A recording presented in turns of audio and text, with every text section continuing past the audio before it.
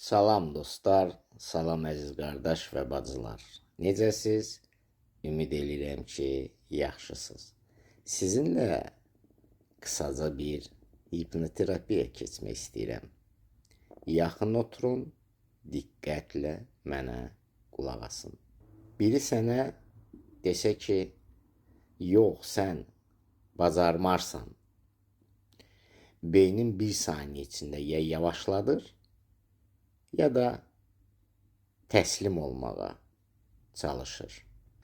İndi gözlərini yum. Özünü sərbəst burax. Gözlərini yum və gözünün önünə gətir. Əgər savaşdınsa, demək sən hələ də varsan. Yox, sustunsa, deməli sənə təslim olmağı öyrədiblər. İndi əllərini gözlərinin önünə tut. Bir-birinə yaxın tut. Görəcəksən ki, sanki maqnitdir. Əllərin biri-birinə yaxınlaşır. Sən heç nə etməsən də belə 10 saniyə içində əllərin bir-birinə yaxınlaşacaq.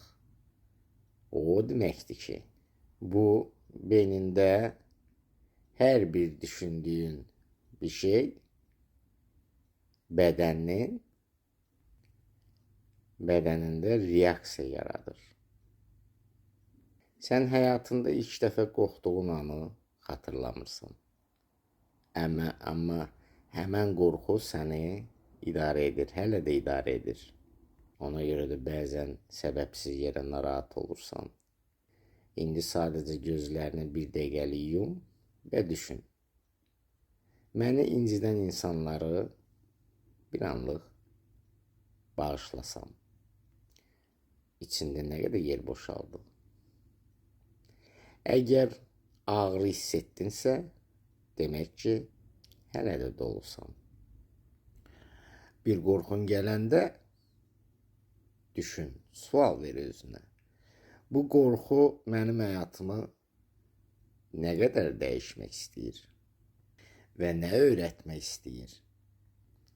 Birdən cavab gələndə biləcəksən ki, qorxu qorxulu deyilmiş. Sadəcə məktəbmiş.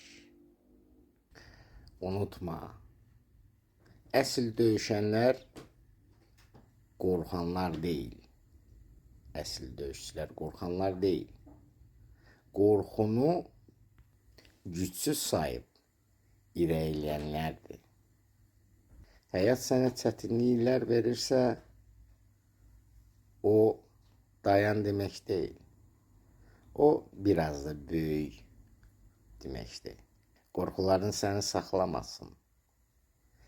Gələcəyin səni özünə dartsın və səni irəli çəksin. Hər kəs ayaqda qalmaq istəyir. Amma həyatla mübarizə edənlər ayaq üstə qala bilir. Əsl cəsarət qorxusuzluq deyil, qorxunun içindən irəliləyən insandır. Sizdə də əgər bu danışdıqlarım varsa, bu qorxular, bu xəyanət, yəni xəyanətdən qorxmaq,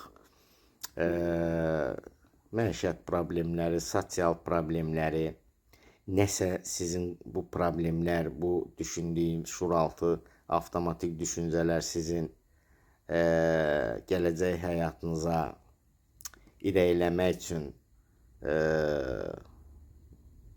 yəni saxlayırsa, tutursa, müraciət edin, qəti qorxmayın, tamam mı? Şuuraltını təmizləyəndən sonra görəcəksiniz ki, yeni həyata başlayırsınız.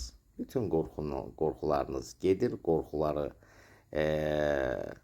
dərk eləmək lazımdır, qəbul etmək lazımdır. Dünya baxışınızı dəyişmək lazımdır.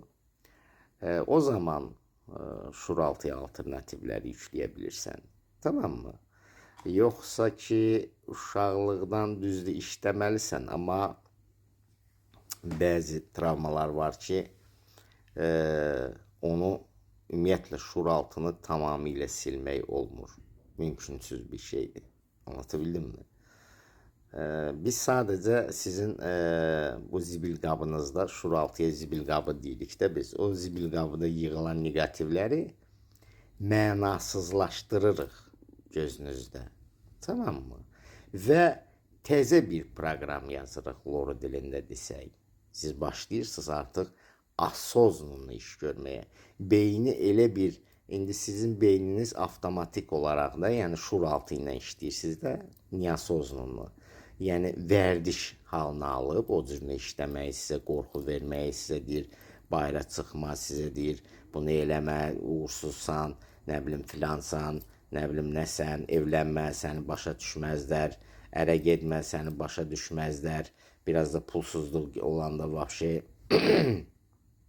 düşürsünüz depressiyaya, nə bilim və s. və ilə axır bu düşüncələri biz çünki siz düzgün interpretasiya edə bilmirsiniz. Anlatabildim mi? Avtomatik olaraq yaşayırsınız. Neososnunlu. Amma biz onları mənasızlaşdırırıq və yeni proqramlar yazırıq, loro dilində desək beyinə və siz başlayırsınız asosnunlu yaşamağa. Anlatabildim mi? O vərdiş hallarını biz başqa alternativ vərdişlər yaradırıq ki, beyin avtomatik olaraq kimlənsə konfliktiniz olanda, kimlənsə yəni məişət problemindən rastlaşanda, sosial problemlə rastlaşanda və yaxud problem yoxdur, hansı bir problem olursa olsun, beyin avtomatik olaraq öyrəşdiyi kimi dərhal yerində onu həll eləməyə çalışacaq və qərar verəcək. Tamam mı? O olacaq düzgün. Anlatabildim mi? İndi siz heç bir düzgünlükdən danışa bilmərsiniz, çünki siz kimsiz? Nevrozsuz. Nevrozlarda düşüncə yanlışdır. Anlatabildim mi? Özünüzə yaxşı baxın. Gələn görüşlərə dək sağ olun.